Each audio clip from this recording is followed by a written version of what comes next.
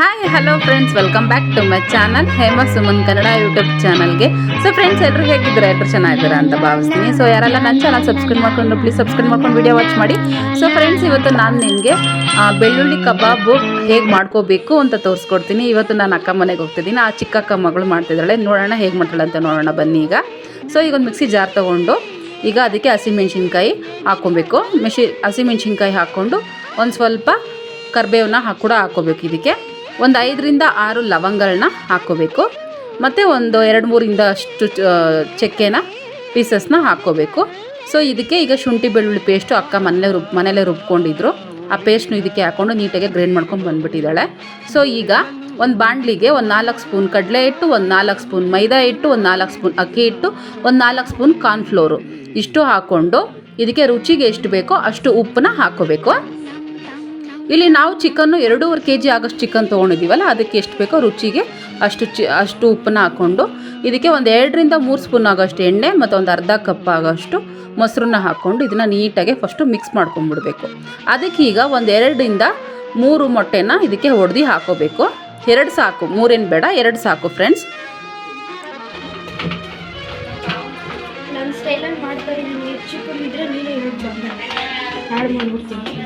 So friends ನಾನು video ಮಾಡ್ತಿದ್ರೆ ಅವಳಿಗೆ ನಾಚಿಕೆ ಜಾಸ್ತಿ.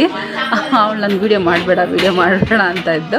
ಸೊ ಈಗ ಪೇಸ್ಟ್ ಮಾಡ್ಕೊಂಡಿರೋದನ್ನು ಇದಕ್ಕೆ ಹಾಕ್ಕೊಂಬಿಡ್ಬೇಕು. ನಾವು ಪೇಸ್ಟ್ ಮಾಡಿರ್ತೀವಲ್ಲ, ಆ ಪೇಸ್ಟ್ನ ಇದಕ್ಕೆ ಹಾಕ್ಕೊಂಡು ನೀಟಾಗಿ ಮಿಕ್ಸ್ ಮಾಡ್ಕೊಂಬಿಡ್ಬೇಕು. ನೀಟಾಗಿ ಅದನ್ನ ಮಿಕ್ಸ್ ಮಾಡ್ಕೊಬೇಕು. ನೋಡಿ, ಈ ಥರ ಅವಳು ಫಾಸ್ಟಾಗಿ ಮಿಕ್ಸ್ ಮಾಡ್ತಿದ್ದಾಳೆ. ಸೊ ನೀಟಾಗಿ ಮಿಕ್ಸ್ ಮಾಡಿಕೊಂಡು ಇದಕ್ಕೆ ಒಂದು 2.5 kg ಆಗೋಷ್ಟು ಚಿಕನ್ನ ಇದಕ್ಕೆ ಹಾಕ್ತಾಯಿದ್ದೀನಿ. ಸೊ ಇದಕ್ಕೆ ಹಾಕ್ಕೊಂಡು ನೀಟಾಗಿ ಮಿಕ್ಸ್ ಮಾಡ್ಕೊತಾ ಇದ್ದಾಳೆ. ಮಿಕ್ಸ್ ಮಾಡ್ಕೊಂಬಿಡ್ಬೇಕು. ನೀಟಾಗಿ ಮಿಕ್ಸ್ ಆಗಿ ಇದೊಂದು ಅರ್ಧ ಅವರ್ ಮ್ಯಾರಿನೇಟ್ ಆಗಬೇಕಿದು. ಒಂದು ಅರ್ಧ ಅವರ್ ಮ್ಯಾರಿನೇಟ್ ಆಗಿದ್ರೆ ಸಖತ್ತಾಗಿ ಬರುತ್ತೆ ಟೇಸ್ಟ್ ಮಾತ್ರ. ಇದು ನಾನು ತಿಂದಿದ್ದೀನಿ, ತುಂಬ ಚೆನ್ನಾಗಿತ್ತು ಟೇಸ್ಟ್ ಮಾತ್ರ ಇದು. ಸೊ ಈಗ ಬಾಣಲಿ ಇಟ್ಕೊಂಡು ಇದಕ್ಕೀಗ ಎಣ್ಣೆ ಕೂಡ ಹಾಕ್ಕೊತಾ ಇದ್ದಾಳೆ. ಸೊ ಇದು ನಾವು ಎಣ್ಣೆಗೆ ಹಾಕೋಕ್ಕಿಂತ ಮುಂಚೆ ಒಂದು ಅರ್ಧ ಸ್ಪೂನ್ ಆಗೋಷ್ಟು ಅರಿಶಿನ ಪುಡಿನ ಹಾಕ್ಕೊಂಡು ಕಲಿಸ್ಕೊಂಡ್ಲು.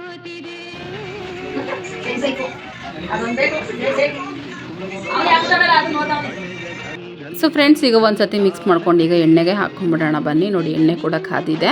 ಸೊ ಈಗ ಎಣ್ಣೆ ಕೂಡ ಹಾಕ್ಕೊಂಬಿಡೋಣ. ಸೊ ಫ್ರೆಂಡ್ಸ್, ಇಲ್ಲಿ ಪೀಸು ಒಂದು ಸ್ವಲ್ಪ ದಪ್ಪ ಇತ್ತು. ಅಕ್ಕ ಹೊಡ್ಸ್ಕೊಂಡಿರೋ ಸ್ವಲ್ಪ ಪೀಸ್ ದಪ್ಪ ಹೊಡಿಸ್ಬಿಟ್ಟಿದ್ರು. ಸೊ ನೀವು ಸ್ವಲ್ಪ ಚಿಕ್ಕದಾಗೆ ಹೊಡಿಸ್ಕೊಳ್ಳಿ, ಆವಾಗ ಚೆನ್ನಾಗಿ ಬರುತ್ತೆ ಕಬಾಬು. ತುಂಬಾ ಕ್ರಿಸ್ಪಿಯಾಗಿ ಸಖತ್ತಾಗಿ ಬಂದಿತ್ತು ಕಬಾಬ್ ಮಾತ್ರ. ತುಂಬಾ ಇಷ್ಟ ಆಯಿತು ನನಗಂತೂ. ತುಂಬ ಚೆನ್ನಾಗಿ ಮಾಡಿದ್ಲು ಅಕ್ಕನ ಮಗಳು.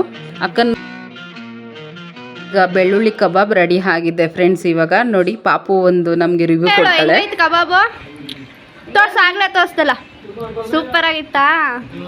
ನಗಿ ಸ್ವಲ್ಪ ನಗಾಡ್ತಾನೆ. ಸೊ ಫ್ರೆಂಡ್ಸ್, ನೋಡಿದ್ರಲ್ಲ ಫ್ರೆಂಡ್ಸ್, ಇವತ್ತು ನಾವು ಯಾವುದೇ ರೀತಿ ಫುಡ್ ಕಲರ್ ಆಗದಿರಂಗೆ ನಾವು ಬೆಳ್ಳುಳ್ಳಿ ಕಬಾಬ್ ಮನೇಲೇ ಮಾಡ್ಕೊಂಡ್ವಿ. ಎಷ್ಟು ಸಿಂಪಲ್ ಆಗಿ ನ್ಯಾಚುರಲ್ ಆಗಿ ಮಾಡ್ಕೊಂಡ್ವಿ ಅಂತ ನಿಮ್ಮನೆಲ್ಲ ಟ್ರೈ ಮಾಡಿ ಹೇಗಿತ್ತು ಅಂತ ನನ್ನ ಕಮೆಂಟ್ಸ್ ತಿಳಿಸಿ. ಟಾಟಾ, ಬಾಯ್.